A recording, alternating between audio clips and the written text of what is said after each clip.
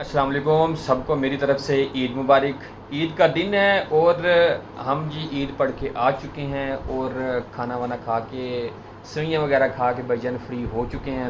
اب صرف آپ سے بات کرنے کا دل کر رہا تھا لیکن فری بھی تھے، ٹھیک ہے، تو ہم نے اپنی بکس اٹھا لی ہیں۔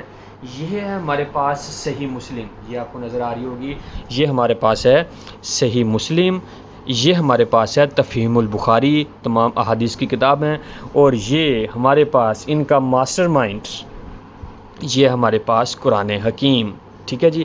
اس کو ہم نے پڑھ لیا ہے، ٹھیک ہے، ترجمہ ہم نے کر لیا ہے، یہ ساری چیزیں ہم نے اپنی نشانی بھی یہاں پہ لگا دی ہے، کچھ چیزیں میں نے پڑھ کے اپلوڈ بھی کر دی ہیں، اور اس کے بعد ہم نے یہاں پر یہ تفہیم البخاری پڑھنی ہے، اس کے بعد ہم پڑھیں گے صحیح المسلم، اس میں سے ایک ایک احادیث کا ہم ترجمہ کریں گے، ترجمہ کرنے کے بعد جو ہے نا آپ کے ساتھ اس کی گفتگو نشین بھی کریں گے، ٹھیک ہے جی۔ ابھی ہم شروع کرتے ہیں جی، دیکھتے ہیں کہ ہمارے پاس ہماری نشانی کہاں پر موجود ہے۔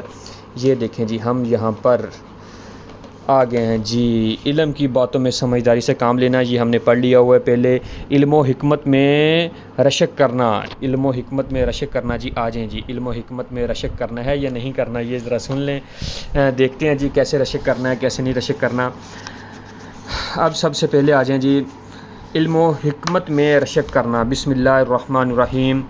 حضرت عمر رضی اللہ تعالی عنہ کا ارشاد ہے کہ قائد بننے سے پہلے فقیہ بنو، ٹھیک ہے جی، یعنی دین کا علم حاصل کرو۔ اور ابو عبداللہ امام بخاری رحمۃ اللہ علیہ کہتے ہیں کہ قائد بنائے جانے کے بعد بھی علم حاصل کرو۔ بھائی جان قائد بننا ہے نا تو پھر آپ نے علم بھی حاصل کرنا ہے، کیونکہ رسول اللہ صلی اللہ علیہ وآلہ وسلم کے اصحاب نے بڑھاپے میں بھی دین سیکھا۔ یہ نہ سمجھو کہ رئیس قوم اور سردار بننے سے پہلے تو علم حاصل کیا جائے، اس کے بعد اس کی ضرورت نہیں، بلکہ دینی معلومات تو ہر وقت حاصل کی جا سکتی ہیں اور کرنی چاہیے، جیسا کہ صحابہ کرام کا حال تھا۔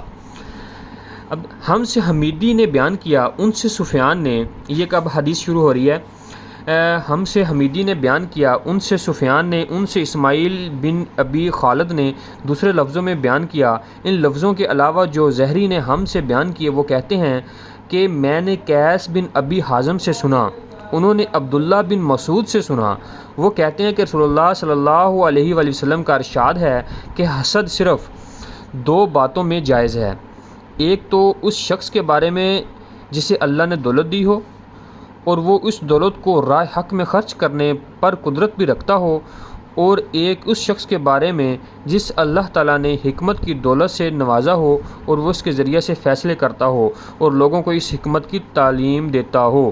یعنی کہ آپ جو ہے نا حسد کر سکتے ہیں صرف دو چیزوں پر، دولت پر اور علم پر، لیکن اس دولت پر آپ نے حسد کرنا ہے جو بندہ دولت کما رہا ہے اور اس کو راہ حق پہ خرچ کر رہا ہے، کیا آپ بھی اسی چیز کا بارے میں طلب کریں اللہ تعالیٰ سے کہ اے میرے اللہ پاک ہمیں بھی جو ہے نا اس طرح کی دولت عطا فرما۔ یعنی کہ اس میں تو یہی بتا رہا ہے نا کہ رسول اللہ صلی اللہ علیہ وسلم نے فرمایا ہے کہ آپ نے حسد تو کرنا ہے، حسد تو کرنا ہے، لیکن دولت پر اور علم پر۔ دولت کون سی ہوگی؟ اس شخص کی دولت پر آپ نے حسد کرنا ہے جو بندہ دولت رکھتا ہو اور راہ حق پر خرچ کرتا ہو، اس چیز کی آپ نے طلب کرنی کہ یا اللہ ہمیں بھی اس طرح کی دولت عطا فرما اور ہم بھی راہ حق میں خرچ کریں۔